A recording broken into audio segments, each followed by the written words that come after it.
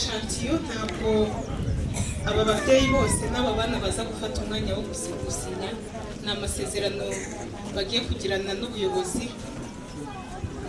Turafata aba babyeyi batatu, hanyuma abandi nabo turaza kugira umwanya wabo nyuma yaho.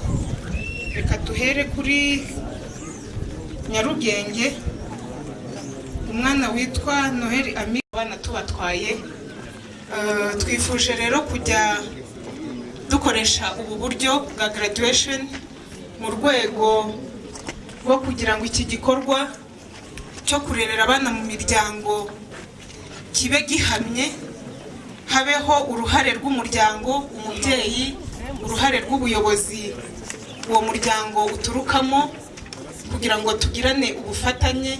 Umwana wamaze igihe cy'amezi 6, 7, 8 ugereranyije n'ikibazo yagize, nagera mu muryango azabashe kugumamo ntasubire mu muhanda.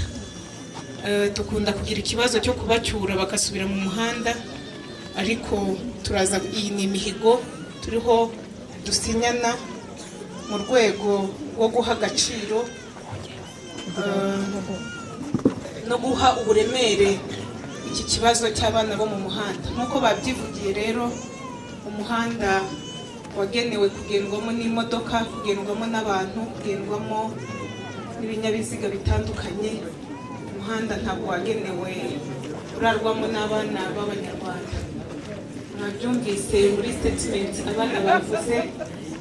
Umwana yavuze ko nyakubahwa Perezida wa Repubulika atifuza umwana w'Umunyarwanda aba mu muhanda ahohoterwa, anyagirwa, uburenganzira bwe abuvutswa n'uwo ari we wese, akitwa ikivume, akitwa mayibobo, kandi ari umwana nk'abandi. Nk'uko mwabibonye, ni abana bafite impano, ni abana biga nk'abandi, ni abana bahabwa uburere bakemera kuba abana, ni abana bazagirira igihugu umumaro.